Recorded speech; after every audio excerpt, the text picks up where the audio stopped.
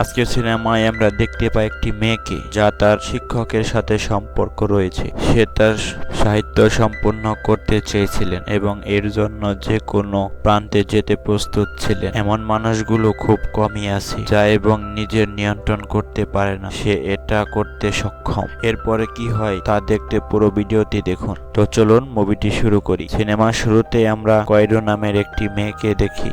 তার বয়স 18 বছর। কহিডোর একটি প্রাসাদে তিনি থাকেন। এখানে খুব আরামে বসবাস করেন। তার কিন্তু টাকার অভাব নেই। খুব কম লোক তার চারপাশে বাস করেন। তার মা বাবা আইনজীবী, তারা প্রায় কাজের জন্য শহরের বাইরে থাকেন। তাই কহিডোর তার বেশিরভাগ সময় একা কাটায়। তার স্কুল দূরে থাকায় প্রতিদিন হেঁটে যেতে হয় তাকে। কহিডো যখন ভর্তির অ্যাসাইনমেন্ট লিখছে, সে বিনির সাথে কথা বলে। তিনি বলেন যে তিনি এখনো বড় কিছু অর্জন করতে পারেননি এবং তার এমন কিছু অভিজ্ঞতা নেই। বিনি তাকে জিজ্ঞেস করে এমন কিছু অভিজ্ঞতা যা তাকে বুঝতে সাহায্য করবে। একজন ছাত্র এবং একজন শিক্ষকের মধ্যে সম্পর্ক।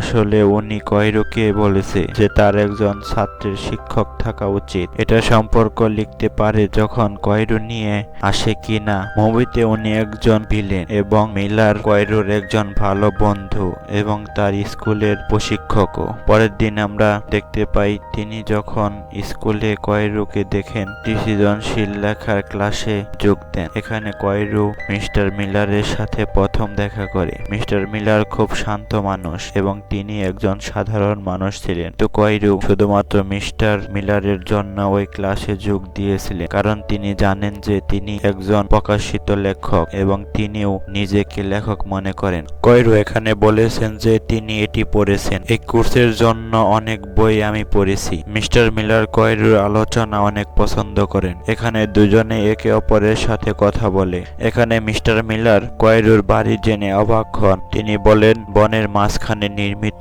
একটি প্রাসাদ। তিনি বলেন যে তিনি ব্যবহার না করাতে ওই বাড়িতে ভূত ছিল। ওই লোকেরা এখানে কথা বলছিল যখন কহিরোর সেরা বন্ধু উনি এখানে আসে। এখানে আসার পর সে তাদের দুজনকেই আমন্ত্রণ জানায় প্রত্যারাসের জন্য। কহিরো এবং উনি তাহলে নাস্তা করতে যাবে। মিস্টার মিলারকে কহিরোর ডেস্কে রাখা হয়েছে। বইয়ের দিকে তাকায় এবং মিস্টার মিলার কহিরোর বইগুলো দেখে মুগ্ধ। এসব বইয়ের মধ্যে তার নিজের বইও আছে। তার শিক্ষকতা কর্মজীবনের জন্য লেখা।